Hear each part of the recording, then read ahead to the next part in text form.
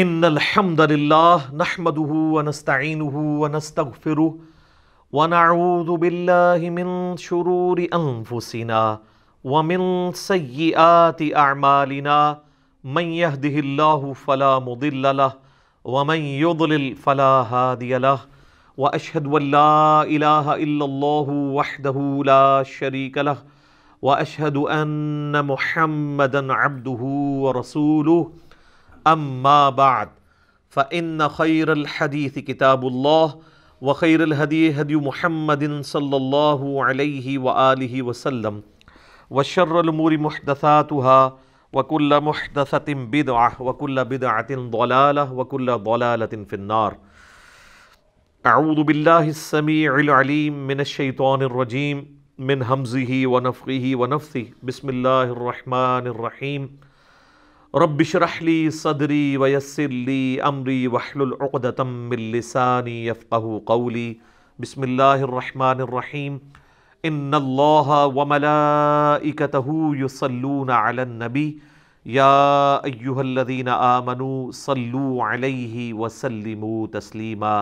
اللهم صل على محمد وعلى آل محمد كما صليت على إبراهيم وعلى آل إبراهيم إنك حميد مجيد. اللهم بارك على محمد وعلى آل محمد كما باركت على إبراهيم وعلى آل إبراهيم إنك حميد مجيد. اللهم ربنا آتنا في الدنيا حسنة وفي الآخرة حسنة وقنا عذاب النار. ربنا آتنا من لدنك رحمة وهيئ لنا من أمرنا رشدا. لا الہ الا انت سبحانک انی کنت من الظالمین. حسبنا اللہ ونعم الوکیل. یا حی یا قیوم برحمتک استغیث ولا حول ولا قوة الا باللہ العلی العظیم. آمین. الحمدللہ آج 12 اپریل 2020 کی سنڈے والی قرآن کلاس نمبر 24 کی اسٹوڈیو ریکارڈنگ ہونے جا رہی ہے. آج انشاءاللہ تعالی ہم سورۃ البقرہ کی آیت نمبر 158 سے سٹارٹ لیں گے. اعوذ باللہ من الشیطان الرجیم. بسم اللہ الرحمن الرحیم. ان الصفا والمروۃ من شعائر اللہ. بے شک صفا اور مروہ اللہ تعالیٰ کی نشانیوں میں سے ہیں.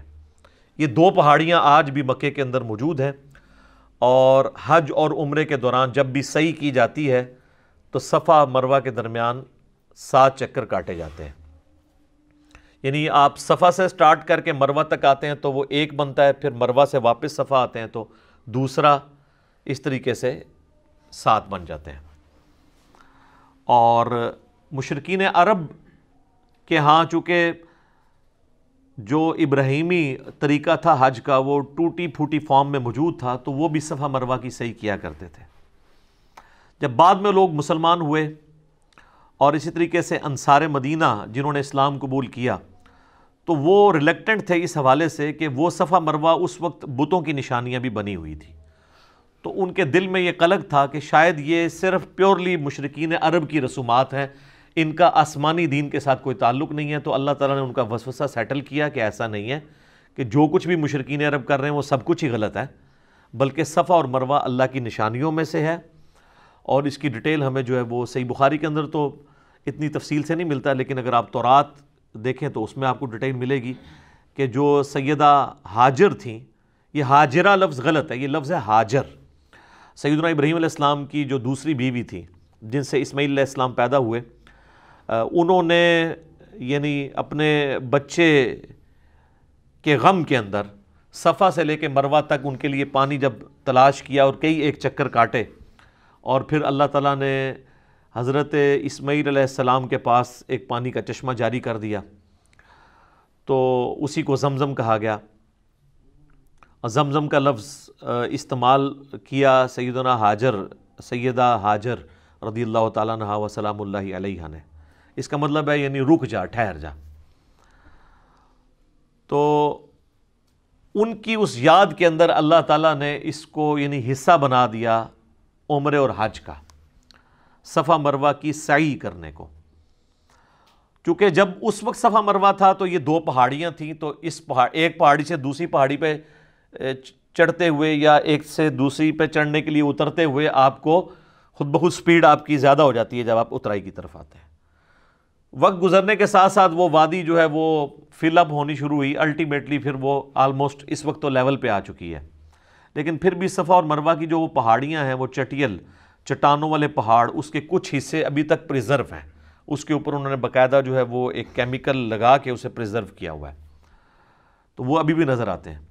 بہرحال وہ چونکہ اترائی تھی تو اس دوران سیدہ ہاجر جو ہیں وہ تیزی سے وہاں سے گزری، کیونکہ اترائی سے تیزی سے گزرا جاتا ہے، تو نبی علیہ السلام نے اس سنت کو پھر جاری فرمایا کہ آپ علیہ السلام بھی صفا مروہ کے دوران اس جگہ پہ جب پہنچتے تھے تو وہ تیزی سے دوڑتے تھے۔ لیکن وہ مسند امام شافعی میں موجود ہے، عبداللہ بن عمر کا قول، کہ یہ جو صفا مروہ کی جو سعی میں دوڑنا ہے اور اسی طریقے سے طواف کعبہ کے دوران رمل کرنا ہے، یہ صرف مردوں کے لیے خاص ہے، عورتوں کے لیے نہیں ہے۔ عورتیں یہ کام نہیں کریں گی، مردوں کے لیے یہ سنت ہے۔ تو وہ صفا مروہ کے اندر جو سعی کی جاتی ہے اس کو اللہ تعالیٰ نے کہا کہ ہماری نشانیوں میں سے ہے، کیونکہ اس کو ہمارے ایک پیغمبر کی بیوی کے ساتھ نسبت ہے، اس لیے یہ اللہ کی نشانیوں میں سے ہے، سمبلز آف گاڈ، شاعر اللہ میں سے ہے۔ فمن حج البیت او اعتمر، تو جو کوئی بھی بیت اللہ کا حج کرے یا عمرہ ادا کرے، فلا جناح علیہ ان یطوف بہما، تو کوئی حرج نہیں ہے اگر وہ اس کے دوران چکر کاٹے۔ یعنی وہ جو ان کے دماغ میں ایک بات تھی نیو مسلمز کے کہ شاید یہ مشرکین عرب کی رسم ہے، وہ ختم کی گئی کہ یہ کوئی ایسی بات نہیں ہے، اللہ کے شاعر میں سے ہے۔ اگر انہوں نے وہاں پر بت نصب کر دیے تھے، وہ تو بیت اللہ میں بھی انہوں نے 360 بت نصب کیے ہوئے تھے، صحیح بخاری میں آتا ہے نبی علیہ السلام نے فتح مکہ کے موقع پر خود مبارک چھری کے ذریعے اس کو گرایا، اور آپ علیہ السلام وہ آیت پڑھتے جاتے تھے، وَجَاءَ الْحَقُّ وَزَهَقَ الْبَاطِلُ قُلْ جَاءَ الْحَقُّ وَزَهَقَ الْبَاطِلُ إِنَّ الْبَاطِلَ كَانَ زَهُوقًا، حق آ گیا اور باطل مٹ گیا، اور باطل ہے ہی مٹ جانے کے لیے۔ تو بیت اللہ کے اندر بھی بت رکھے ہوئے تھے، تو اس کا یہ مطلب نہیں ہے کہ بیت اللہ کی عظمت ختم ہو گئی ہے، بلکہ ان چیزوں سے صفایا کروایا گیا۔ حتیٰ کہ خانہ کعبہ کی دیواروں کے اوپر سیدنا ابراہیم اور اسماعیل علیہ السلام کی تصویریں بھی تھیں، نبی علیہ السلام نے اپنے مبارک ہاتھوں سے مٹائیں۔ حتیٰ کہ مسند احمد میں آتا ہے خانہ کعبے کی چھت کے اوپر بھی مولا علی کو نبی علیہ السلام نے یعنی سوار کر کے اپنے کندھوں پہ تو بھیجا، اور بتوں کو توڑنے کے لیے۔ اور خانہ کعبے کا چونکہ دروازہ بھی اونچا تھا تو وہ عام آدمی تو اس پہ چڑھ بھی نہیں سکتا تھا، اس لیے وہاں پہ کوئی سیڑھی وغیرہ لگانی پڑتی تھی، تو آپ علیہ السلام خود بھی اندر تشریف لے گئے اور آپ نے جا کے ان بتوں کو توڑا۔ تو یہاں پر یہ کہا جا رہا ہے کہ یہ جو صفا مروہ ہیں یہ اللہ کی نشانیوں میں سے ہیں، تو جو کوئی حج کرے گا بیت اللہ کا یا عمرے پہ آئے تو اس کو کوئی حرج نہیں ہے کہ اس کی سعی کرے، وہاں پہ طواف کرے۔ لیکن یہ طواف خانہ کعبے والا طواف نہیں ہوتا، خانہ کعبے کا جو طواف ہے وہ 7 کے 7 چکر قبلے کے گرد کاٹے جاتے ہیں، اور چکر کا آغاز جو ہے وہ حجر اسود والے کارنر سے کیا جاتا ہے اور اسی پہ اختتام ہوتا ہے۔ لیکن صفا مروہ میں 7 چکر اس طرح نہیں ہے، 3.5 ہی بنتے ہیں، صفا سے مروہ 1، مروہ سے صفا 2، پھر صفا سے مروہ 3، اور پھر مروہ سے صفا 4، اس طریقے سے یہ آلموسٹ 3.5 چکر بنتے ہیں۔ لیکن اس کی لینتھ جو ہے وہ خانہ کعبہ کے طواف سے زیادہ ہی بن جاتی ہے اگر آپ مطاف کے اندر طواف کر رہے ہیں، کیونکہ یہ اچھا خاصا ہے، آلموسٹ آپ سمجھ لیں 1.25 کلومیٹر بن ہی جاتا ہے۔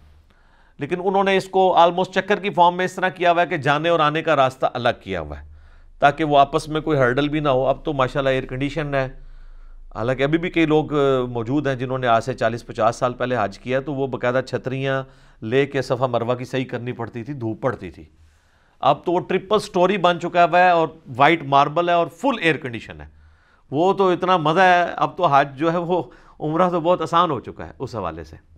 اچھا، اس آیت کے کانٹیکسٹ میں صحیح بخاری میں ایک حدیث ہے کہ ایک تابعی آتا ہے سیدہ عائشہ کے پاس اور آ کے کہتا ہے کہ یہ جو صفا مروہ کی صحیح ہے یہ کوئی ضروری نہیں ہے، مجھے تو یہی لگا قرآن پڑھنے سے، کیونکہ اللہ تعالیٰ ہمارا کوئی حرج نہیں اگر تم صفا اور مروہ کی صحیح کر لو۔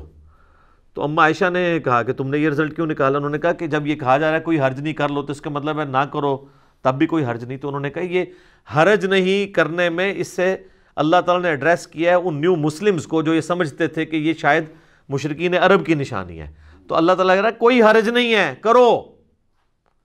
اور پھر اما عائشہ نے کہا کہ اگر اللہ تعالیٰ نے یہ کہنا ہوتا نا کہ یہ اوبلیگیٹری نہیں ہے تو اللہ تعالیٰ کہتا کہ نہ کرو تو کوئی حرج نہیں ہے.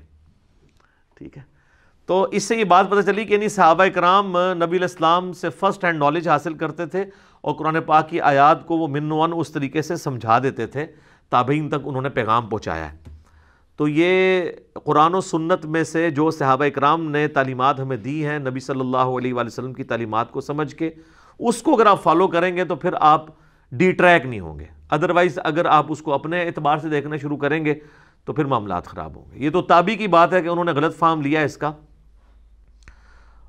ایک صحابی کے بارے میں بھی آتا ہے بخاری مسلم دونوں میں, سورۃ البقرہ کی آیت نمبر 185 آنورڈ, جو رمضان کا ذکر ہے, جس میں کہ جب تک سفید ڈورا کالے سے ممتاز نہ ہو جائے اس وقت تک کھاتے پیتے رہو. تو انہوں نے اپنے تکیے کے نیچے سفید اور کالے رنگ کے 2 دھاگے رکھ لیے ہوئے تھے اور وہ اندھیرے میں چیک کرتے رہتے تھے جب تک وہ دونوں کا رنگ ایک دوسرے سے ممتاز نہیں ہوتا تھا, اس وقت سحری کرتے تھے. نبی علیہ السلام کے تک یہ جب بات پہنچی تو آپ علیہ السلام فرمایا کہ تیرا تکیہ تو بہت بڑا ہے کہ آسمان کے ڈورے بھی اس کے نیچے آ جاتے ہیں. آپ فرمایا اس سے مراد آسمان کے ڈورے ہیں. تو صحابہ کرام علیہم رضوان بھی بعض اوقات قرآن و سنت کی تعلیمات سے کچھ باتوں میں دوسرا مطلب بھی سمجھ لیتے تھے, کیونکہ بعض چیزیں ظاہری الفاظ کے ساتھ ہوتی تھیں, بعض جو ہے محاورتاً ہوتی تھیں. لیکن یہ کہیں نہیں قرآن و سنت میں آتا ہے کہ نہ کوئی بات ترجمے میں بیٹھ رہی ہو نہ محاورے میں کوئی گل وچ کوئی اور ہی نکال لی جائے. یہ کام کہیں بھی نہیں ہوتا, کیونکہ اہل تصوف کا یہ کہنا ہے کہ جو ظاہری الفاظ ہیں ان کو فالو نہیں کرنا ہوتا, باطنی الفاظ کو دیکھنا ہوتا ہے, اس کے اندر جو چھپے ہوئے ہیں, اور ان کے باطنی الفاظ بالکل اس کے الٹ ہوتے ہیں. یہاں پہ جتنی بھی مثالیں الٹ نہیں نکل رہی, 2 فارمز بنتی تھی ان میں سے ایک آ گئی. یعنی کہا جائے کہ سفید اور کالے ڈورے کو الگ کرو, تو ظاہر ہے کہ ایک ڈورا یہ ہو سکتا تھا کہ 2 دھاگے ہوتے سفید اور کالے اور دوسرے آسمان کے. یہ تو نہیں ہے کہ اس سے کوئی اور رزلٹ نکال لیا انہوں نے کہ سورج جو ہے وہ جب نصف النہار تک پہنچ جائے اس وقت تک کھاتے پیتے رہو. یہ تو رزلٹ نہیں نکلتا اس میں سے. صوفیاء اسی قسم کے رزلٹ نکالتے ہیں, کیونکہ وہ ایاک نعبد و ایاک نستعین سے بابوں کو پکارنا بھی نکال لیتے ہیں, بالکل اپوزٹ. ادھر بھی آپ دیکھ لیں کہ اگر اس صحابی نے رزلٹ نکالا کہ کوئی حرج نہیں اگر صفا و مروہ کی صحیح کر لو, تو یہ رزلٹ بھی بن سکتا تھا کہ اللہ طرف ہمارا کہ کر لو تو کوئی حرج نہیں ہے, تو امپلائڈ ہے نہ کرو تو کوئی حرج نہیں ہے. یہ تو نہیں ہے کہ بھئی اس پہ کوئی یہ رزلٹ نکال لے کہ صفا مروہ کی صحیح کرنا حرام ہے. یہ تو رزلٹ نہیں نکلے گا, دونوں طرف نکل آتا ہے. اس اعتبار سے بھی کہ اگر کوئی کر لیتا ہے تو کوئی حرج نہیں, کوئی نہیں کرتا تو کوئی حرج نہیں. لیکن سیدہ عائشہ نے کہا یہ حرج سے مراد وہ والا حرج تھا, یہ کرنا ضروری ہے. تو یہ معنی بھی بن سکتا تھا. یہ لوگ بالکل اپوزٹ مطلب نکالتے ہیں اور کہتے ہیں باطنی الفاظ ہوتے ہیں. قرآن و سنت میں نبی علیہ السلام نے جو صحابہ کرام کے ذریعے تعلیمات امت تک پہنچائی ہیں, اگر کہیں پہ کنفلکٹ آئے گا تو ان کے اقوال کی روشنی میں دیکھا جائے گا, نہ کہ بزرگ بابوں کے. اب اگر کوئی کہے کہ جی صحابہ کرام کا ہم نے فام نہیں دیکھنا, ہم نے اپنے بزرگوں کا, اپنے علماء کا, اپنے پیروں کا, اپنے صوفیاء کا, اپنے مفسرین کا, اپنے جو ہے وہ ائمہ کا دیکھنا ہے, اور نبی علیہ السلام کو, صحابہ کو اور اہل بیت کو چھوڑ دینا ہے, تو پھر اس کا مطلب ہے جن کے پاس فرسٹ ہینڈ نالج تھا وہ تو آپ کو سپورٹ نہیں کر رہے. پھر آپ بالکل آپ کو ٹھیک کہہ رہے ہیں نا, کیا کہ مرنے سے پہلے ہے مسلمان کر لے اس پہ غور. کتابوں کا خدا اور ہے, بابوں کا خدا اور, صحابہ کا خدا اور ہے, بابوں کا خدا اور, اہل بیت کا خدا اور ہے, بابوں کا خدا اور کتابوں کا جہاں اور ہے, اور بابوں کا اپنا ہی ایک جہاں اور ہے. وکھرے اپنے جہاں میں ایک جہاں ہوتا ہے. ٹھیک ہو گیا جی. تو یہ اس بات کا ثبوت ہے کہ صحابہ کے فہم کے ساتھ ہم نے کتاب و سنت کو لے کے چلنا ہے.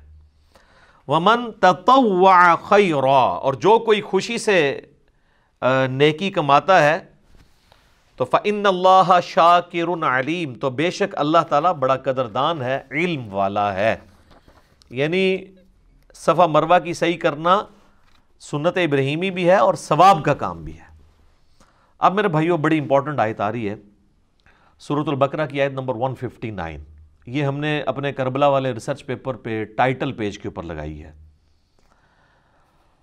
کہ اللہ تبارک و تعالیٰ نے یہود و نصارہ کو اس بات کے اوپر گرفت کی ہے کہ یہ لوگ اپنی کتابوں میں آئے ہوئے حق کو چھپاتے تھے, اور ظاہر ہے اس میں جو گرفت ہے وہ علماء پہ ہے کہ وہ اپنی پبلک تک وہ بات نہیں پہنچنے دیتے تھے تعویل خاص کے اعتبار سے تو اس سے مراد وہ پروفیسیز ہیں، وہ پیش گوئیاں ہیں جو اگلی الہامی کتابوں میں اللہ کے محبوب صلی اللہ علیہ وآلہ وسلم کے بارے میں موجود تھیں کہ پیغمبر آخر الزماں آئیں گے صلی اللہ علیہ وآلہ وسلم۔ ایون آج کے بھی جو اولڈ ٹیسٹمنٹ اور نیو ٹیسٹمنٹ میں وہ پروفیسیز موجود ہیں۔ میں نے کچھ کا ذکر تعارف قرآن والے جو 6 لیکچرز تھے ان کے اندر کیا ہے، آج میں اس ڈیٹیل میں نہیں جاتا۔ اصل میں اس یونیورسل ٹروتھ کو سمجھیں کہ اللہ تعالیٰ کو اس معاملے میں کتنا غصہ آتا ہے، جلال آتا ہے ان لوگوں پر جو لوگوں سے حق چھپاتے ہیں، چاہے وہ اس کو کوئی بھی نام دیں کہ جی وہ امت کے وسیع تر مفاد میں کیا جا رہا ہے۔ میرے بھائی، انڈیا، پاکستان، بنگلہ دیش میں لوگوں نے امت کے وسیع تر مفاد میں ہی بخاری مسلم کی رفع الیدین والی حدیثیں چھپائی ہوئی تھی، کیونکہ وہ کہتے تھے یہاں پہ بابوں نے آ کے آلریڈی فقہ حنفی کو اسٹیبلش کر دیا ہے۔ اب اگر ہم بخاری مسلم سے نماز کا طریقہ بتائیں گے تو جب بنیادی رکن نماز ہی چیلنج ہو جائے گی تو وہ کہیں گے یہ تمہارے بزرگ ہمیں کیا کروا کے گئے ہیں، تو بہتر یہ ہے کہ اس کا ترجمہ ہی نہ کرو، اور اگر ترجمہ کرنا بھی ہے عوام الناس کے ہاتھ میں نہ لگنے دو۔ اور وہ اب آپ دیکھ لیں رزلٹ کہ جب ترجمہ ہوا ہے 1920 میں، تو اب یہ 2020 آلموسٹ 100 سال ہوئے ہیں، تو ہر معاملہ تل پٹ ہو گیا ہے۔ یعنی فقہ حنفی اور ان کے علماء اور ان کے بزرگ اور ان کی کٹر فالوئنگ جو بھی ہے وہ بھی منہ چھپاتے پھر رہے ہیں، اور حتیٰ کہ یہ حال ہو گیا کہ ان کی اپنی نسلیں جو ہیں وہ ریورٹ ہو رہی ہیں۔ ہم سے تو سارے لوگ رابطہ کرتے ہیں خاندانی طور پہ، جو لوگ یعنی علماء دیوبند یا بریلوی علماء کی اولادوں میں سے ہیں، اس خاندان سے تعلق رکھنے والے لوگ ہیں، وہ ریورٹ ہو رہے ہیں کہ یار یہ ہمارے لوگ کیا کہانیاں کروا کے گئے ہیں۔ تو پوری نیک نیتی کے ساتھ انہوں نے آپ کے ساتھ جو کام ڈالا تھا نا، وہ اپنی زوم میں بالکل ٹھیک ڈالا تھا، اپنے زوم میں۔ ہاں، قرآن کے روح سے تو وہ لعنت کے مستحق ہوئے ہیں اس سچ کو چھپا کے۔ اس کے ثبوت میں یہ آیت ہے، ان الذین یکتمون ما انزلنا من البینات، بے شک وہ لوگ جو چھپا لیتے ہیں ان روشن دلیلوں میں سے جو ہم نے نازل کی ہیں، والہدا، اور ہدایت کی باتیں، من بعد ما بیناہ للناس، بعد اس کے کہ ہم نے کھول کر بیان کر دیا ہے اسے لوگوں کے لیے، فی الکتاب، اپنی کتاب میں۔ یعنی یہاں پہ ظاہر کتاب سے مراد جو ہے وہ اولڈ ٹیسٹمنٹ اور نیو ٹیسٹمنٹ ہے، یعنی تورات، انجیل، زبور، وہ ساری کتابیں ہیں، صحائف۔ لیکن ظاہر یہ اللہ تعالیٰ نے یونیورسل ٹروتھ کے طور پہ چیز بتائی ہے۔ یہ قرآن کی آیات آفاقی ہیں، جسے فٹ اسے گفٹ۔ اولئک یلعنہم اللہ ویلعنہم اللاعنون، ایسے لوگ جو حق کو چھپا لیتے ہیں ان پر اللہ کی لعنت اور تمام لعنت کرنے والوں کی لعنت ہے۔ استغفر اللہ واتوب الیہ من کل ذنب واتوب الیہ الا الذین تابوا، ہاں ان میں سے جو لوگ توبہ کی روش اختیار کر لیں گے، وَأَصْلَحُوا، اور اپنی اصلاح کر لیں گے۔ اور صرف توبہ اور اصلاح سے کام نہیں چلے گا کہ یار میں نے جو حق چھپایا ہوا تھا میں توبہ کرتا ہوں، نہیں، بتانا بھی ہوگا کیا چھپایا تھا۔ وَبَيَّنُوا، اور بیان بھی کر دے جو کچھ اس نے چھپایا ہوا تھا۔ یعنی بخاری مسلم سے وہ رفع الیدین کی حدیثیں بھی بتا دے، اور رفع الیدین کرنے والے جو ہے نا وہ آل امیہ کی بدماشیوں پہ جو روایتیں ہیں نا وہ بھی بتا دیں، تب ان کی توبہ قبول ہونی ہے، ادروائز وہ بھی لعنتی ٹھہریں گے۔ یعنی جتنا بڑا جرم یہ ہے نا کہ کوئی شخص رفع الیدین کی حدیثیں چھپائے، اتنا ہی بڑا جرم نبی علیہ السلام کی ان پروفیسیز کو دیکھیں۔ مشرکین عرب نے اگلی کتابوں میں جو پروفیسیز نازل ہوئی تھی ان کو چھپایا، تو اللہ نے کہا لعنتی۔ تو جو رسول اللہ پہ نازل ہوئی پروفیسیز کو چھپائے وہ اس سے بڑا لعنتی، کیونکہ رسول اللہ کی وہ چھپا رہا ہے نا، اور پھر اس سے بڑی بات رسول اللہ کا ماننے والا بھی ہو وہ بھی پروفیسیز چھپائے گا تو لعنتی۔ آپ بتائیں دلائل النبوہ ایک ٹاپک ہے، صحیح بخاری میں بھی ایک چیپٹر ہے علامات النبوہ، نبوت کی علامتیں، مشکات کی 30 جلد میں بھی اس نام سے ایک چیپٹر ہے۔ یہ ٹرم استعمال ہوتی ہے دلائل النبوہ اور علامات النبوہ، یہ دو ٹرمز استعمال ہوتی ہیں۔ نبی علیہ السلام کی وہ خبریں جن کی بنیاد پہ ہم یہ کلیم کرتے ہیں کہ آپ صلی اللہ علیہ وآلہ وسلم اللہ کے پیغمبر ہیں، کہ آپ نے اپنی زندگی میں مستقبل میں ہونے والے جو واقعات بتائے اور وہ اس طریقے سے پورے ہو گئے۔ کچھ پروفیسیز تو قرآن میں بھی آئی ہیں، جس طرح سورہ الروم کا آغاز ہی اس سے ہوتا ہے کہ وہ پرشین امپائر نے شکست دے دی تھی ایک بیٹل فیلڈ میں رومن امپائر کو، اور اس پہ مشرکین عرب بڑے خوش ہوئے۔ انہوں نے کہا کہ وہ بھی آسمانی مذہب کے ماننے والے ہیں، عیسائی، رومن امپائر ان کو شکست ہوئی ہے، تو اینالوجی انہوں نے یہ بنائی. اور پرشین جو ہیں وہ چونکہ آسمانی مذاہب کو نہیں مانتے، وہ آتش پرست ہیں، تو یہاں پہ بھی ہم بت پرست ہیں، تو ہم بھی مسلمانوں کو جو آسمانی مذہب کے ماننے والے ہیں شکست دے دیں گے. تو اللہ تعالیٰ نے کہا نا، ان قریب، بضع سنین، عربی میں بضع سنین کہتے ہیں 9 سال کے اندر اندر، حد 9 سال، رومن امپائر جو ہے وہ دوبارہ پرشین امپائر پہ غالب آ جائے گی، اور اس وقت مسلمان خوشیاں منا رہے ہوں گے. تو بلکہ جب یہ آیات نازل ہوئی تو حضرت ابوبکر نے شرط لگا دی 3 سال کے اوپر، کہ 3 سال کے اندر. تو نبی علیہ السلام نے فرمایا 3 سال نہیں، بضع سنین جو ہے وہ 9 سال تک کے لیے آتا ہے، تم 9 سال کے اوپر لگاؤ.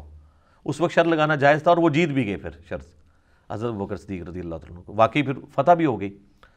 یہ تو خیر اس وقت تو یہ لوگ یہ دیکھ رہے تھے کہ یار، وہ دیکھتے تھے کہ جناب رومن اور پرشین کی آپس میں ٹسل ہو رہی ہیں، ایک دوسرے پہ غالب آتا ہے، دوسرا اس پہ غالب آتا ہے. یہ تو ظاہر تماشائیوں کے طور پہ دیکھ رہے تھے نا مسلمان. یہ مسلمانوں نے تو یہ سوچا ہی نہیں تھا کہ ان قریب یہ ہمارے پاؤں کے نیچے ہوں گے دونوں.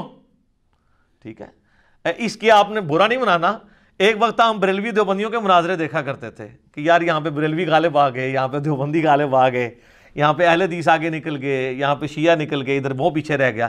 یہ تو ہم نے سوچا ہی نہیں تھا کہ یہ سارے کے سارے جو ہیں وہ ہماری اس دعوت حق کے سامنے ڈھیر ہوئے ہوں گے. آپ دیکھ لیں کس طرح ڈھیر ہوئے ہیں. یعنی میں تو جب یہ چیزیں دیکھتا ہوں تو مجھے بالکل نظر آتا ہے کہ یار ہم تو بڑی ان کو حسرت کے ساتھ دیکھ رہے ہوتے تھے کہ یار اچھا یہاں اس کی دلیل مضبوط ہے. یہ تو پتہ ہی نہیں تھا کہ سارے لمبے پہ آ جان گے. پہ کہ نہیں، یرموک اور قادسیہ انہوں نے بھی ہوئی ہے کہ نہیں، الحمدللہ. تو یہ پروفیسیز نبی علیہ السلام کی قرآن میں بھی کئی ایک ہیں جو پوری ہوئی ہیں. پھر قرآن میں بار بار جو چیز آئی ہے، هو الذی ارسل رسولہ بالہدی ودین الحق لیظہرہ علی الدین کلہ.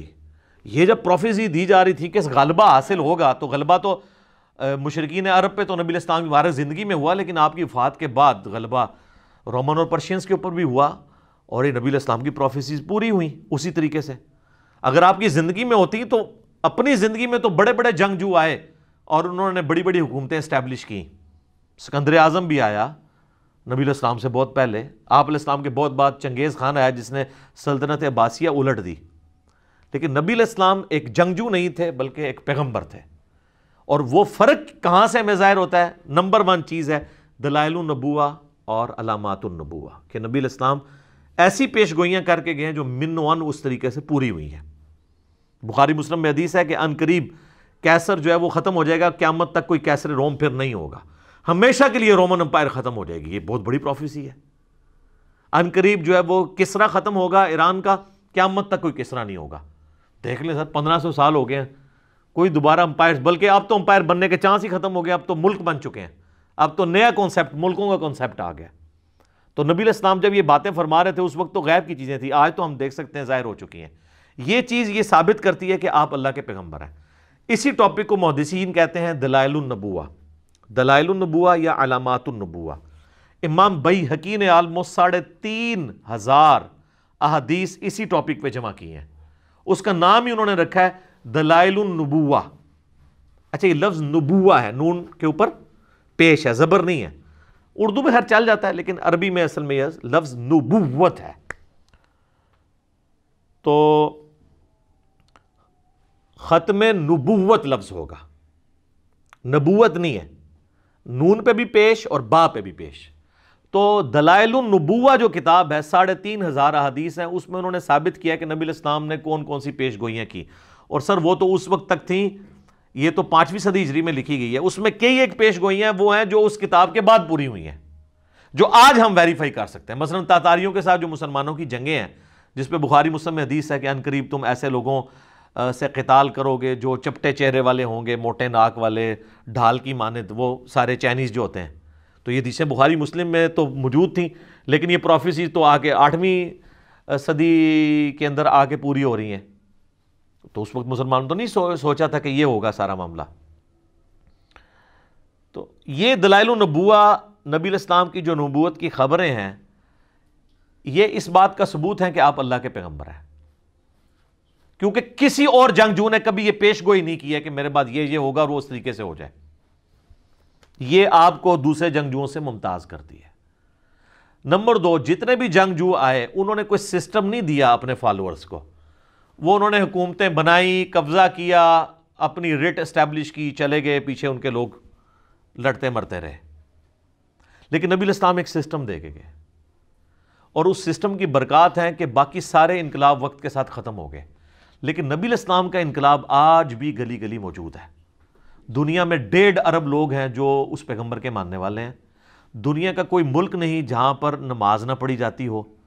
کوئی چنگیز خان کا ماننے والا، کوئی سکندر اعظم کا ماننے والا، کوئی دکھائیں دنیا میں کہیں ہے؟ یہ وہ انقلاب ہے جو انقلاب، حالانکہ اس انقلاب کے بعد بھی آپس میں خانہ جنگی ہوئی مسلمانوں میں، لیکن اس چیز کے اوپر سب کا یونانیمسلی ایگریمنٹ رہا کہ اللہ، رسول، قرآن، آخرت، وہ سارا کچھ چلتا رہا۔ تو یہ آپ کو ممتاز کرتا ہے۔ جو لوگ کہتے ہیں نا کہ اسلام تلوار کے زور پہ پھیلا ہے، تو یہ بہت بڑا ڈیفرنس ہے جو بتاتا ہے کہ نبی الاسلام کی تلوار ویسی تلوار نہیں تھی۔ وہ تو تلوار ظاہر ہے بدماشوں کو اکھاڑنے کے لیے اللہ تعالیٰ نے پھر تلوار ان پہ مسلط کی۔ اسلام نے اس دور جدید کو جو تخلیق کیا ہے، جو وحید الدین خان صاحب کی کتاب ہے انڈین اسکالر کی، اسلام دور جدید کا خالق، اس کا ٹاپک ہی یہی ہے کہ یہ رومن اور پرشین امپائر کو اکھاڑنے کے لیے ایک دفعہ تو سرجری کرنی پڑنی تھی، تو سرجری میں نشتر سے چلانا پڑتا ہے، اور پھر اس چیز کو اسٹیبلش کیا اللہ تعالیٰ نے۔ تو یہ دلائل النبوہ ہے۔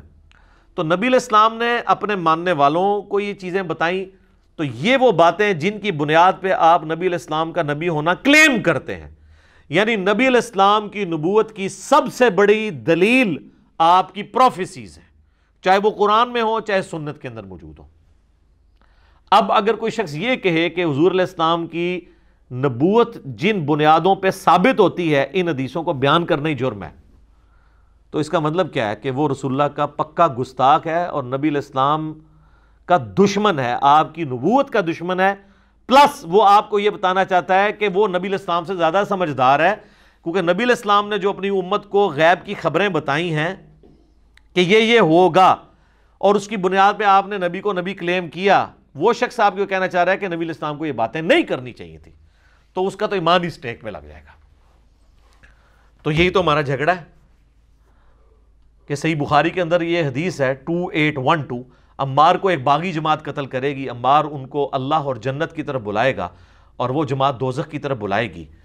اس حدیث کے کم از کم 8 طرق امام بیہقی نے دلائل النبوہ میں لی ہیں، اور کہا کہ دیکھو نبی علیہ السلام نے پہلے ہی کہا تھا کہ عمار کو باغی جماعت قتل کرے گی، اور یہ چیز پوری ہوئی۔ یہ اس بات کا ثبوت ہے کہ اللہ کے نبی جو ہیں ان کو وحی کی تائید حاصل تھی اور وہ اللہ کے پیغمبر ہیں۔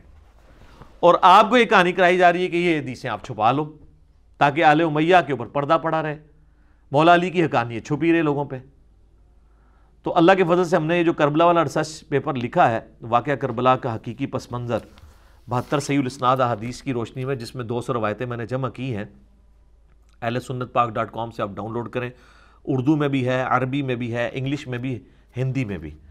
مین سٹریم کی کتاب میں اکثر بخاری مسلم سے احادیث ہیں، اور ادر دین بخاری مسلم میں کوئی ایک حدیث بھی ایسی نہیں ہے جس پہ دور حاضر کے بڑے بڑے محدثین، چاہے وہ شیخ البانی ہوں، شیخ زبیر لیزئی ہوں، شیخ شعیب آرنوت ہوں، رحمہم اللہ اجمعین، ان کی تحکیم نہ لگی ہوئی ہو۔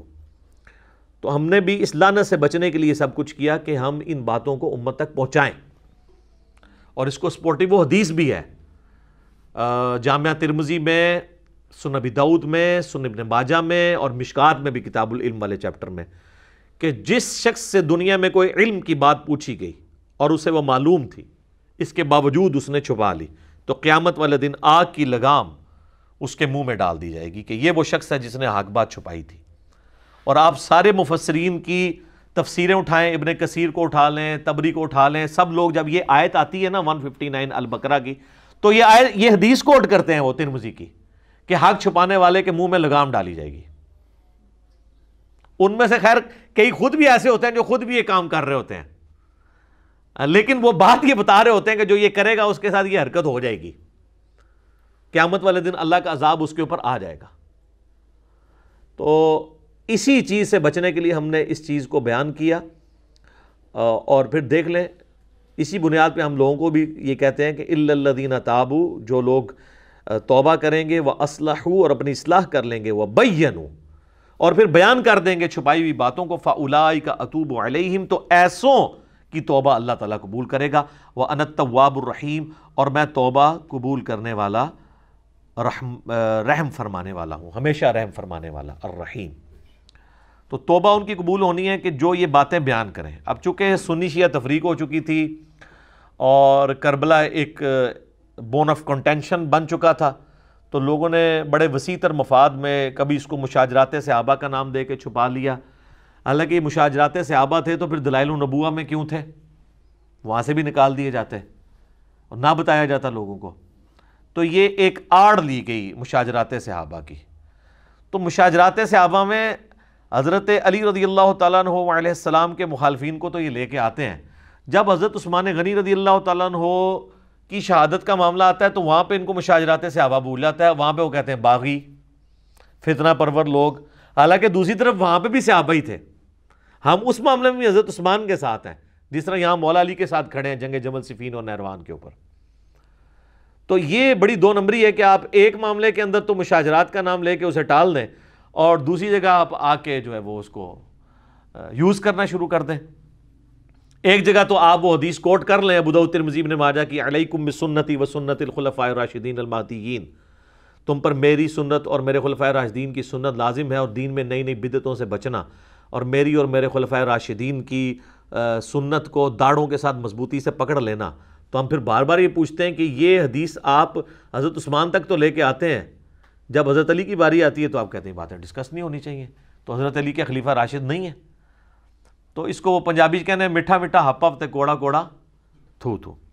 تو اللہ کا شکر ہے کہ ہماری دعوت حق سے جہاں پہ ہم نے قرآن کی توحید کو بیان کیا، جو غدیر خم پہ نبی الاسلام نے ہمیں قرآن اور اہل بیت دو چیزیں دی تھیں، صحیح مسلم میں اوپر ترے 4 حدیث 6225 سے 6228 تک، تو اس پلیٹ فارم سے الحمدللہ قرآن کی توحید بھی بیان ہوئی اور اہل بیت کا دفاع بھی ہوا ہے۔ بعض لوگ جو ہیں وہ آدھے غدیر خم پہ کھڑے ہیں، وہ توحید کو لے کے بیٹھے ہیں، اہل بیت کا نام آتے ہی ان کو جناب مصیبت پڑ جاتی ہے، اور بعض لوگ صرف اہل بیت کا نام لے کے چل رہے ہیں اور قرآن کی توحید کا نام سنتے ہی ان کے ماتھے پہ بل آنا شروع ہو جاتا ہے۔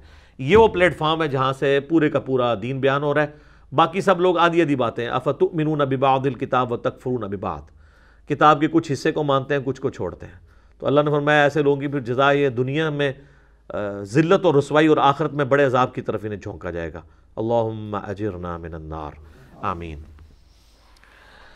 ان الذین کفروا وماتوا وہم کفار، بے شک وہ لوگ جو کہ کفر اختیار کرتے ہیں اور وہ مر جاتے ہیں اس حال میں کہ وہ کفر ہی پر ہوتے ہیں، اولئک علیہم لعنت اللہ والملائکۃ والناس اجمعین، ایسے لوگوں پر اللہ کی لعنت، اللہ کے فرشتوں کی لعنت اور ساری انسانیت کی لعنت، خالدین فیہا، وہ رہیں گے ہمیشہ ہمیش اس دوزخ میں، لا یخفف عنہم العذاب، ان سے وہ عذاب ہلکا نہیں کیا جائے گا، ولا ہم ینظرون، اور نہ ہی انہیں کوئی مہلت دی جائے گی۔ تو یہ کافروں کے بارے میں کیٹاگوریکل ڈیسیژن آ گیا، لیکن یہ اس کافر کے بارے میں ہے جو توبہ کے بغیر مر گیا۔ اگر موت کے غرغرے سے پہلے توبہ کر لی تو جامع ترمذی میں حدیث ہے کہ موت کے غرغرے سے پہلے پہلے اللہ توبہ قبول کر لیتا ہے۔ اور سورہ الفرقان کی آیت نمبر 70 میں آیا ہے کہ جو لوگ دنیا کی زندگی میں شرک سے توبہ کر لیں گے، اللہ تعالیٰ ان کے گناہوں کو بھی نیکیوں سے بدل دے گا اگر وہ پکی توبہ کر لیتے ہیں، بشرطے کہ ان کی توبہ درست ہو۔ ایک پاکستانی توبہ ہے نا، اور ایک اللہ کے نزدیک توبہ ہے۔ اللہ کے نزدیک خالی خلی توبہ کوئی شے نہیں ہے، اللہ کے نزدیک توبہ ہے اصلاح کے ساتھ۔ میرا یوٹیوب کے اوپر ایک کلپ بھی ہے، اللہ کی رحمت سے دھوکہ، اس میں میں نے اس آیت کو بریف کیا تھا، چونکہ یہ کریٹیکل آیت ہے، یہ نکال لیں۔ سورہ النحل کی آیت نمبر، سورہ نحل جو ہے وہ پارہ نمبر 14 میں آخری صورت ہے، بالکل اینڈ پہ جا کے نا یہ آیت آئے گی جس میں اللہ تعالیٰ نے اپنا اصول بیان کیا ہے کہ اللہ تعالیٰ نے توبہ کس کی قبول کرنی ہے۔ آیت نمبر 119 ہے آپ کے بلو والے قرآن میں، 282 نمبر پیج ہے، سورۃ النحل کی آیت نمبر 119، 14ویں پارے کا آخری صفحہ، اس کی پہلی لائن ہے، ثم ان ربک للذین عملوا السوء بجہالۃ، پھر اس کے بعد تمہارا رب ان لوگوں کے حق میں جو کہ گناہ کر لیتے ہیں جہالت کے اندر، ثم تابوا، اور اس کے بعد پھر توبہ کر لیتے ہیں، من بعد ذالک، اس گناہ کے ہونے کے بعد، وَأَصْلَحُوا، اور اپنی اصلاح بھی کر لیتے ہیں۔ یہ اصلاح کا ذکر تو سورۃ البقرہ کی آیت نمبر 159 میں بھی آیا تھا، اِنَّ رَبَّكَ مِن بَعْدِهَا، بے شک تیرا رب اس کے بعد ان کے حق میں لغفور الرحیم، ضرور بالضرور بخشش فرمانے والا، مہربان ہوگا۔ کس کے حق کے اندر؟ جو لوگ جہالت میں گناہ کر بیٹھے ہیں، اس کے بعد وہ فوراً توبہ کر لیں اور اپنی اصلاح بھی کر لیں، اس کے بعد معاف کرے گا۔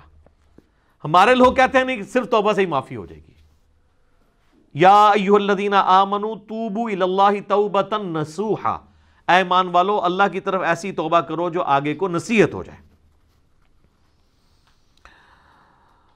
وَإِلَٰهُكُمْ إِلَٰهٌ وَاحِدٌ، اور تمہارا معبود تو ایک ہے، اکیلا، یکتا، لا الہ الا ہو، کوئی نہیں معبود سوائے اس کے، الرحمن الرحیم، اس کی رحمت ٹھاٹھے مارتے ہوئے سمندر کی مانند ہے، اور الرحیم، اس میں دوام بھی ہے۔ سمندر میں تو کبھی کبھی طغیانی آتی ہے نا، پھر ٹھنڈا ہو جاتا ہے۔ اللہ کی رحمت کا جو سمندر ہے نا، اس میں کبھی بھی کمزوری نہیں آتی، وہ ہمیشہ ٹھاٹھے مارتے ہوئے سمندر کی طرح ہے۔ الرحمن بھی ہے اور الرحیم میں بھی، یہ دونوں کوالٹیز ہیں اس کی۔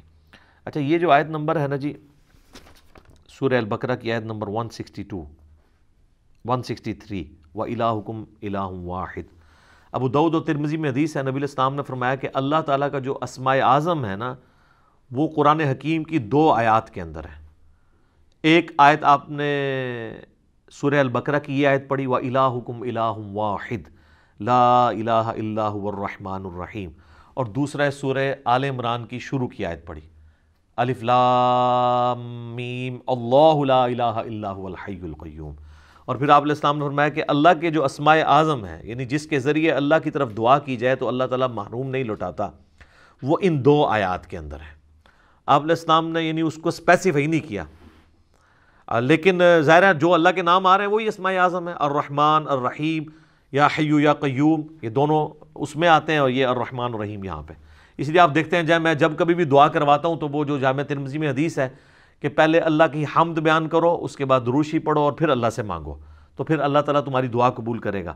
تو میں ہمیشہ اسماء اعظم جو پڑھ رہا ہوتا ہوں اس میں یہ 2 آیات بھی پڑھتا ہوں، سورہ البقرہ کی آیت نمبر 163 اور سورہ آل عمران کی شروع کی آیات، وَإِلَٰهُكُمْ إِلَٰهٌ وَاحِدٌ لَا إِلَٰهَ إِلَّا هُوَ الرَّحْمَٰنُ الرَّحِيمُ الف لام میم اللہ لا الہ الا هو الحی القیوم۔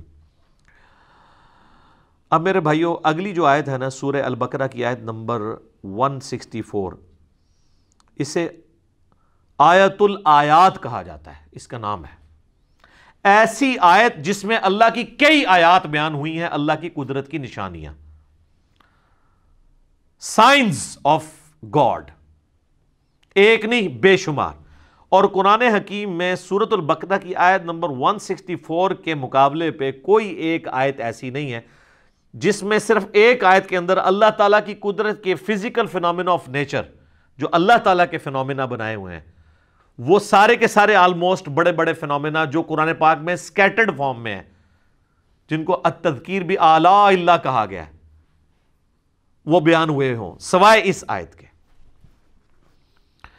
ان فی خلق السماوات والارض، بے شک آسمانوں اور زمین کی تخلیق میں، واختلاف اللیل والنہار، اور رات اور دن کے آنے جانے میں، والفلک التی تجری فی البحر، اور کشتیوں کے، جہازوں کے سمندروں میں چلنے میں، بما ینفع الناس، جو کہ لوگوں کے نفع کے لیے چلتی ہیں، یعنی وہاں سے سی فوڈ جو ہے وہ شکار کیا جاتا ہے۔ وما انزل اللہ من السماء من ماء، اور اللہ تعالیٰ جو نازل فرماتا ہے آسمان سے پانی، فاحیا بہ الارض بعد موتها، اور پھر اس پانی کے ذریعے مردہ زمین کو زندہ کر دیتا ہے، یعنی سبزہ اگا دیتا ہے اس پانی کے ذریعے۔ وبث فیہا من کل دابہ، اور اللہ تعالیٰ نے جو زمین میں ہر طرح کے جانور پھیلا دیے ہیں، وتصریف الریاح، اور ہواؤں کے بدلتے رہنے میں، والسحاب المسخر بین السماء والارض، اور بادلوں میں جو کہ اللہ تعالیٰ کے حکم کے پابند ہیں، آسمان اور زمین کے اندر جو سسپینڈڈ ہیں بادل، لآیات لقوم یعقلون، اس کے اندر اللہ تعالیٰ نے آیات رکھی ہیں ان لوگوں کے لیے جو اپنی عقل استعمال کرتے ہیں۔ دیکھ لیں کتنی نشانیاں اللہ تعالیٰ کی قدرت کی اس میں گنوائی گئی ہیں۔ نمبر 1 آسمان اور زمین کی تخلیق، نمبر 2 رات اور دن کا آنا جانا، نمبر 3 جہازوں کا سمندروں میں چلنا اور اس کے ذریعے سی فوڈ کا حاصل کرنا، نمبر 4 آسمان سے پانی کا برسنا، نمبر 5 اس پانی کے برسنے سے زمین کو اللہ نے مردہ ہونے کے بعد دوبارہ سے زندہ کر لیا، نمبر 6 زمین میں ہر طرح کے جاندار پھیلا دیے، لو جی سب کچھ کور ہو گیا، نمبر 7 ہواؤں کے چلنے میں جو کہ بادلوں کو لے کے آتی ہیں، اور نمبر 8 بادلوں کا آسمان اور زمین کے درمیان جو ہے وہ سسپینڈڈ ہونا، جس کے ذریعے اللہ تعالیٰ بارش برساتا ہے۔ یہ سب کی سب اللہ تعالیٰ کی قدرت کی نشانی ہے، یعنی جس میں ذرا سی بھی عقل ہے اللہ تعالیٰ ہمارا ہے، وہ ان چیزوں کو دیکھ کے رزلٹ پہ پہنچ جائے گا کہ یہ کسی کے کرنے سے ہو رہا ہے۔ God is the only explanation of all the physical phenomena in this universe۔ اللہ ہی واحد وضاحت ہے اس کائنات میں ہونے والے ہر فزیکل فینامنا کی۔ تو اب جس اللہ کی یہ کوالٹیز ہیں اس کے مقابلے پہ اگر کسی اور کے ساتھ وہ چیزیں وابستہ کر دی جائیں تو اس سے بڑا کوئی جرم نہیں ہو سکتا، اور یہی اللہ اس چیز کا حقدار ہے کہ اس کے ساتھ شدید محبت کی جائے، دلی محبت آخری درجے کی، جو کسی اور مخلوق کے ساتھ نہیں ہو سکتی۔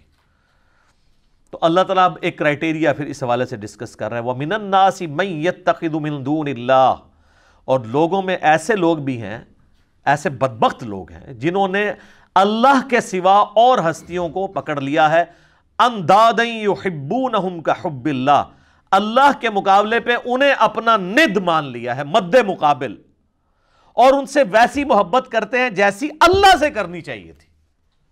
اللہ اکبر۔ یہ آیات پڑھی جاتی ہے نا تو لوگ سمجھتے ہیں شاید یہ مشرکین عرب کے بارے میں نازل ہوئی تھی۔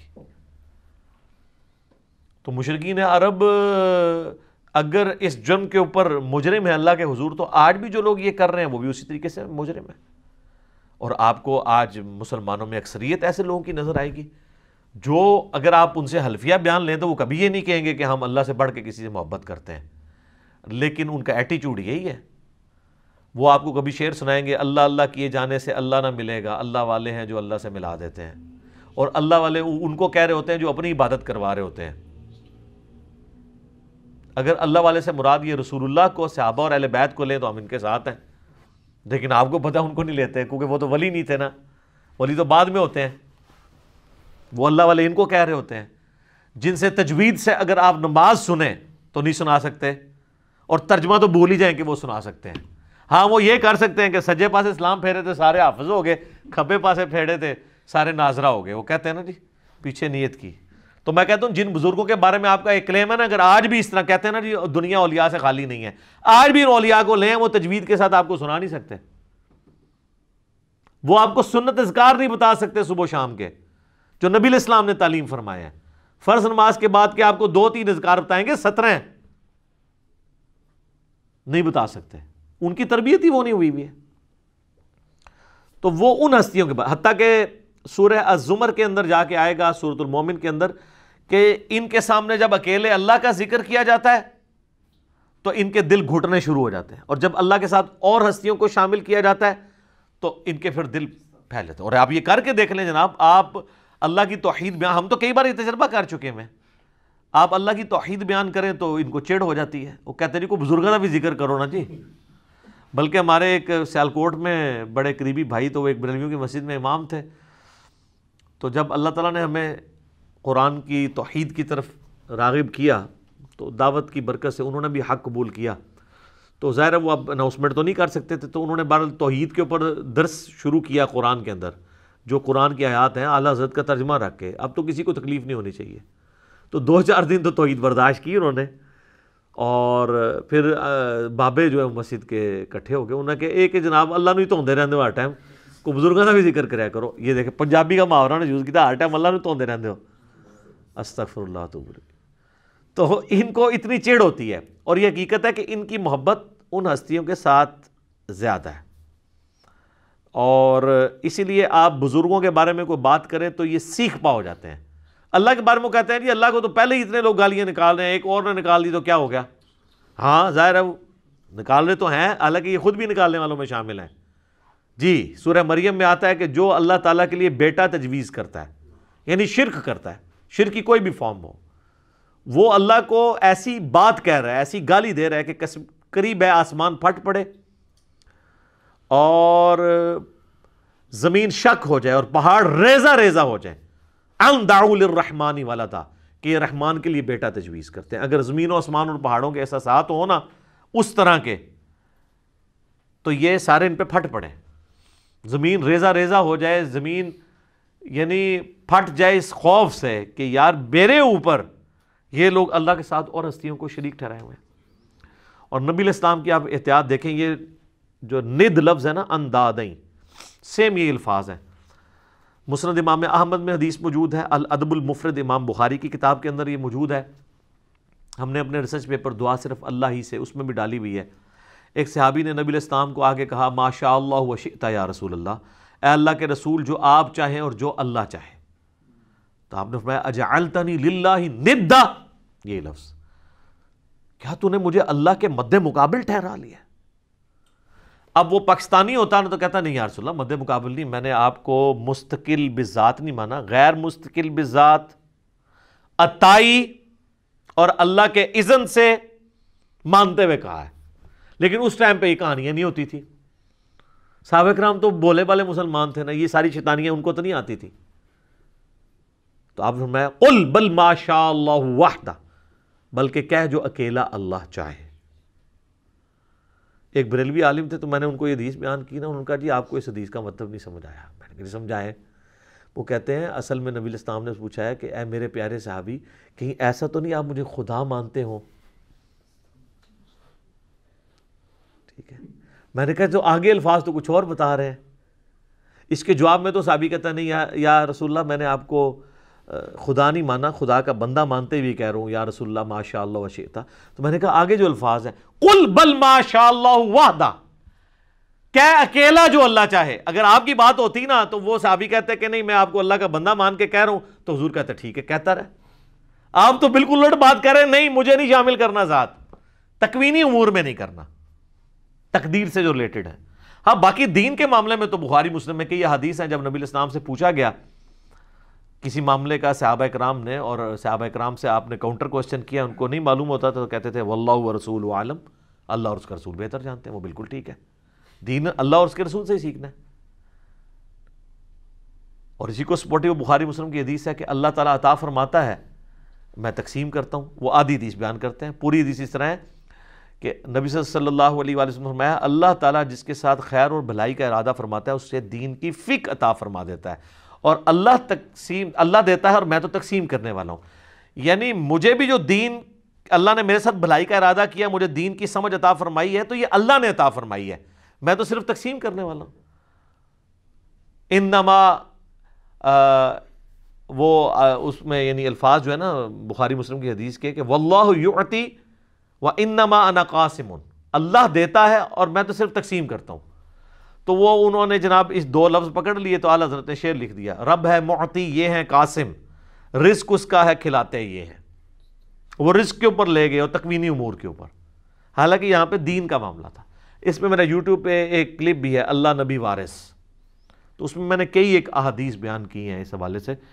یہ تو یعنی نہ ختم ہونے والی چیزیں ہیں، نبی علیہ السلام نے جتنی اس حوالے سے سختی فرمائی ہوئی ہے۔ وہ مسلم شریف کی جو حدیث بڑی مشہور ہے کتاب الجمعہ چیپٹر میں، ایک صحابی نے نبی علیہ السلام کے سامنے تقریر کرتے ہوئے کہہ دیا من یطع اللہ ورسولہ فقد رشد، جو کوئی اللہ اور اس کے رسول کی اطاعت کرے وہ کامیاب ہو گیا، ومن یعصہما، اور جو ان دونوں کی نافرمانی کرے فقد غوا، تو وہ بہک گیا، بے شک وہ بہک گیا۔ نبی علیہ السلام کو بڑا غصہ آیا، فرمایا بئس الخطیب انت، کتنا برا خطیب ہے تو نے یہ کیوں کہا جو ان دونوں کی نافرمانی کرے؟ تجھے کہنا چاہیے تھا وَمَن يَعْصِ اللَّهَ وَرَسُولَهُ فَقَدْ غَوَىٰ، جو اللہ اور اس کے رسول کی نافرمانی کرے وہ گمراہ ہوا، وہ بہک گیا۔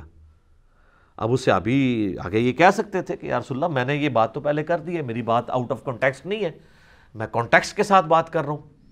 جب میں نے یہ کہہ دیا کہ جو اللہ اور اس کے رسول کی اطاعت کرے وہ کامیاب ہوا اور جو ان دونوں کی نافرمانی کرے وہ ناکام ہوا، تو اس میں تو لٹریچر میں تو کوئی خرابی نہیں ہے، آؤٹ آف کانٹیکسٹ بھی نہیں ہے، اس میں کیا مسئلہ ہے؟ اور حقیقتاً یہ وہ اپنا مقدمہ لڑ سکتے تھے، لیکن ان کو پتہ تھا سامنے امام الموحدین ہے صلی اللہ علیہ وآلہ وسلم. یہ وہ ہیں جو کتابوں کے خدا کے ریپریزنٹیٹو ہیں، بابوں کے خدا کے ریپریزنٹیٹو نہیں ہیں. اور ابو داؤد میں آگے الفاظ ہیں، آپ فرمایا قم اذهب، اٹھ ادھر سے نکل جا. اتنا آپ علیہ السلام کو جلال آیا اس حوالے سے. لیکن آپ کے وہ صوفیاء کہتے ہیں ہک ہے ہک ہے ہک ہے، جڑا ایک کی ڈوں آکھے وہ کافر و مشرک ہے، جو ایک کو دو کہہ دے وہ کافر اور مشرک ہے. حالانکہ ایک نو ڈو کہنے والا ہی موحد ہے. حادث کو قدیم سے الگ کرنے کا نام ہی توحید ہے، خالق کو مخلوق سے الگ کرنے کا نام ہی توحید ہے. تو اللہ تعالیٰ فرماتا ہے کہ یہ ان لوگوں کی حالت ہے کہ یہ اللہ کے مقابلے پہ اور ہستیوں سے ایسی محبت کرتے ہیں جو اللہ سے کرنی چاہیے. والذین آمنوا، اور جو لوگ ایمان والے ہیں، اشد حبا للہ، ان کی تو شدید ترین محبت اللہ کے ساتھ ہوتی ہے. اور اس لیول کی محبت ہوتی ہے کہ جامعہ ترمذی میں حدیث ہے، نبی علیہ السلام نے فرمایا کہ اللہ تعالیٰ سے محبت کرو کہ اس نے تمہیں نعمتوں سے نوازا ہے، اور مجھ سے اس لیے محبت کرو کہ میں اللہ کا رسول ہوں، اللہ کی نسبت کی وجہ سے. اور میرے اہل بیت سے محبت کرو کیونکہ ان کی نسبت میرے ساتھ ہے. یہ ہمیں چین بتائی گئی ہے. یہ کہتے ہیں جی وہ شیخ احمد سنندی جن کو مجدد الافسانی کہتے ہیں، وہ کہا کرتے تھے میں تو اللہ کو مانتا ہی اس لیے ہوں کہ وہ نبی کا رب ہے. حالانکہ قرآن میں بالکل اور بات ہے، یہ الٹ بات کی ہے. قرآن تو کہتا ہے لَقَدْ مَنَّ اللَّهُ عَلَى الْمُؤْمِنِينَ إِذْ بَعَثَ فِيهِمْ رَسُولًا، یہ اللہ کا احسان ہے کہ اس نے مومنین میں رسول کو بھیجا ہے اپنی شناخت کے لیے. یہ الٹی گنگا لے کے چلتے ہیں. اور پھر ظاہر ہے یہ باتیں تو بکتی ہیں. پھر انبیاء کی شان میں غلوب کرنا تو بکتا ہے نا جی، عیسائیت میں بکا ہوا ہے نا، آپ دیکھ لینا. تو اللہ تعالیٰ نے ایک مخلوق کا معاملہ ہی ایسا رکھا ہے کہ یہ اگر امتحان نہ ہو مخلوق کی کوالٹیز کا تو اللہ کے ساتھ کوئی اور شریک ہی نہ ٹھہرایا جائے کسی کو. تو اسی لیے لوگ پھر شریک ٹھہراتے ہیں نا. اور نبی علیہ السلام کی پھر حدیث صحیح بخاری میں دیکھنا، میری شان کو اس طرح بلند نہ کرنا جس طرح نصارہ نے اپنے پیغمبر کو اتنا بلند کیا کہ ڈیوینٹی میں کلیم کر دیا، میں اللہ کا بندہ اور اس کا رسول ہوں، مجھے اللہ کا بندہ اور اس کا رسول ہی کہنا. یہ نبی علیہ السلام کس کو سنا رہے تھے؟ انہی کو سنا رہے تھے جنہوں نے کام ڈالنا تھا، جو آج تک ماننے کے لیے تیار نہیں ہے. تو اللہ بتا شدید ترین محبت اہل ایمان کی اللہ کے ساتھ ہوتی ہے. بخاری مسلم میں حدیث ہے، اس نے ایمان کی علاوت چکھ لی جس کے لیے اللہ اور اس کا رسول ساری دنیا سے بڑھ کر محبوب ہو جائے. نمبر 1 یہ. نمبر 2 دوستی اور دشمنی کا معیار اللہ کی ذات. اور نمبر 3 کفر کی طرف لوٹایا جانا اس کے لیے اتنا ہی مشکل ہو جائے جتنا زندہ آگ میں جلنا. وہ جلنے کے لیے تیار ہو جائے لیکن کفر نہ اختیار کرے تو اسے ایمان کی مٹھاس مل جائے گی.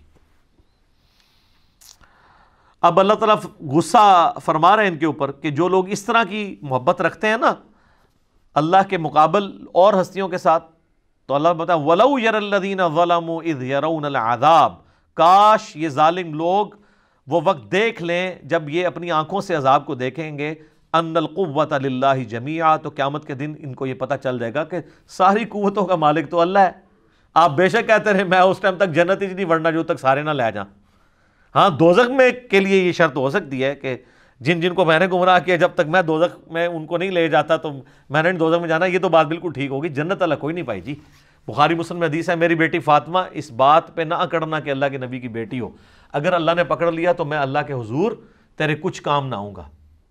پھر حضور نے اپنے چچا کو بھی کہا کہ عباس میرے چچا میرے مال سے جو لینا ہے لے لے، اے میری پھوپھی صفیہ میرے مال سے جو کچھ لینا ہے لے لے، اگر اللہ نے پکڑ لیا میں تیرے کچھ کام نہیں آؤں گا.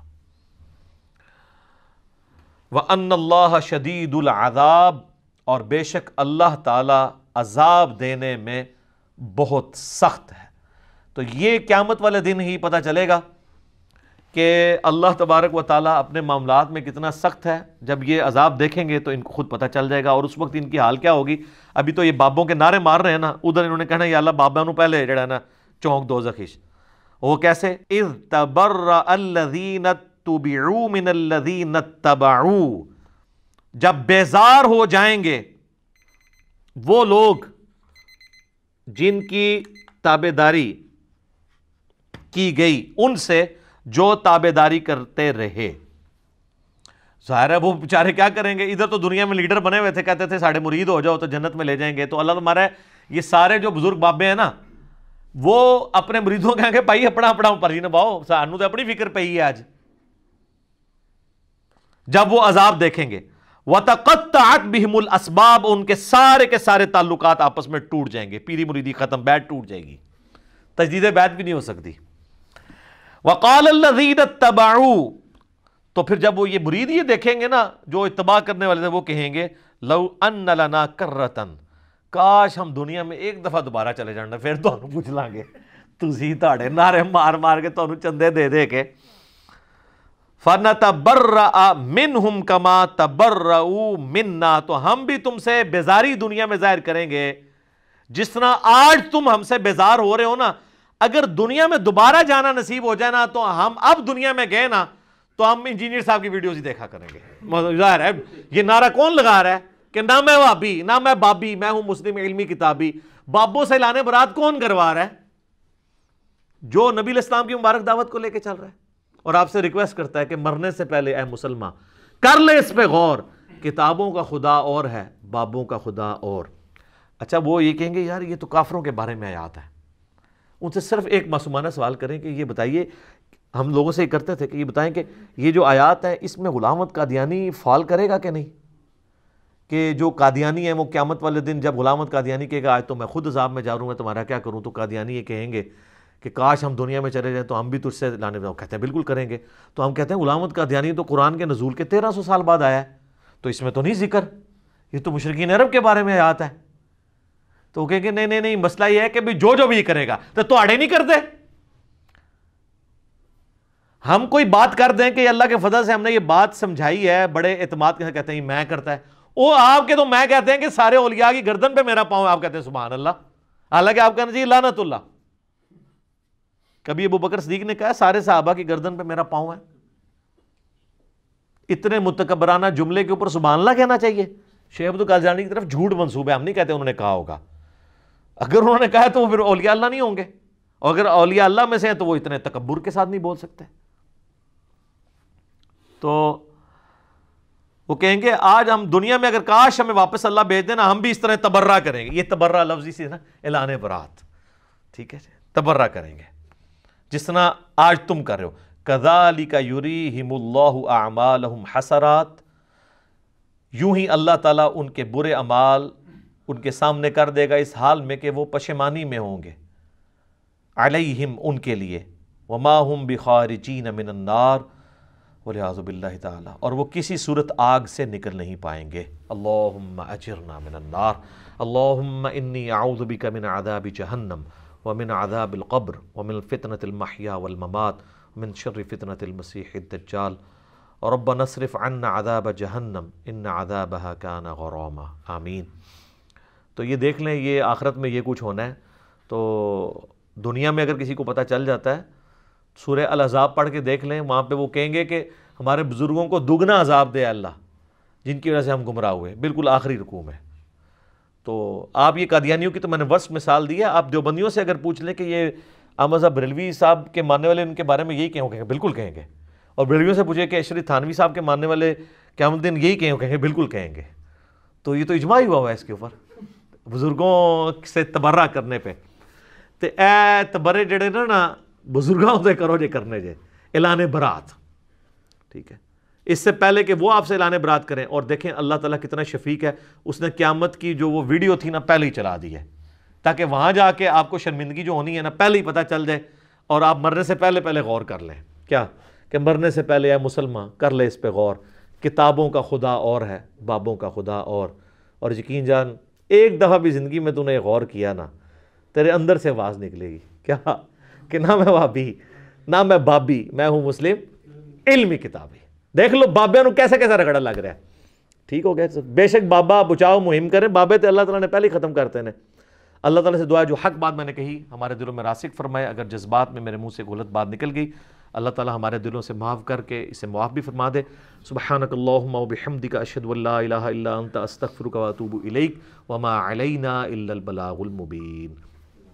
جزاکم اللہ خیر.